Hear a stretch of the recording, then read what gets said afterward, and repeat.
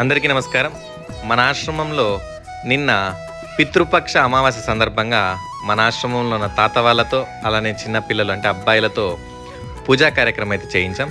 అది ఎందుకంటే మన ఆశ్రమంలో ఉన్న మగపిల్లలు ఎవ్వరికి అయితే తండ్రి లేడు కాబట్టి వాళ్ళ తండ్రి వాళ్ళకు పితృలు కాబట్టి వాళ్ళకు పూజ చేస్తే చాలా మంచిది, వాళ్ళకు మంచి జ్ఞానం వస్తుంది, మంచి విద్య కావచ్చు, మంచి ఆరోగ్యం ఉంటుందని నాకు వేరే వాళ్ళు చెప్తే నేనైతే పూజా కార్యక్రమం అయితే పంతుల ద్వారా నిర్వహించాము. ఇక్కడ చూడండి, మన పిల్లలు అలానే మన పెద్దవాళ్ళు కూడా ఎవరైతే వాళ్ళ తండ్రులు అలా పెద్దవాళ్ళు లేరో పితృలు వాళ్ళతో అయితే మనం పూజా కార్యక్రమం అయితే నిర్వహించాం.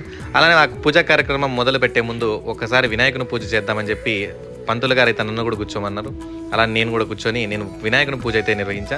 ఆ వినాయకుని పూజ అయిపోయిన తర్వాత వీళ్ళు పితృలకు ఇంకా పూజా కార్యక్రమం అయితే స్టార్ట్ చేసి ఇక్కడ పూజా కార్యక్రమం అయితే చాలా బాగా జరిగింది. చూడండి ఇక్కడ.